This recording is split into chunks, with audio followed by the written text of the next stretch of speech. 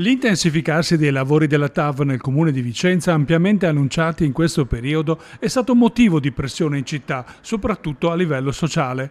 Da una parte per le questioni che riguardano l'ordine pubblico e la protesta degli attivisti no TAV. In questi giorni la questura sta ancora procedendo all'identificazione dei responsabili che avevano tentato di provocare disordini sabato scorso, approfittando del corteo pacifico che aveva radunato 500 persone. Al Bosco di Caalte alcuni manifestanti incappucciati avevano tentato di rimuovere le transenne a protezione dell'accesso al cantiere che era stato sgomberato martedì scorso. Una buona notizia riguarda invece alcuni inquilini sfrattati dalle palazzine destinate ad essere abbattute a San Lazzaro per fare posto alla nuova infrastruttura ferroviaria.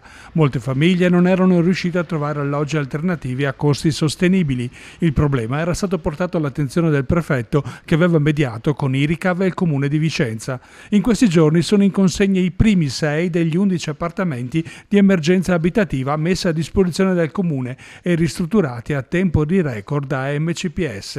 Appartamenti ERP che la Regione del Veneto ha permesso di aumentare proprio per fare fronte a questa specifica emergenza. A consegnare le chiavi ai primi inquilini l'assessore competente Matteo Tosetto.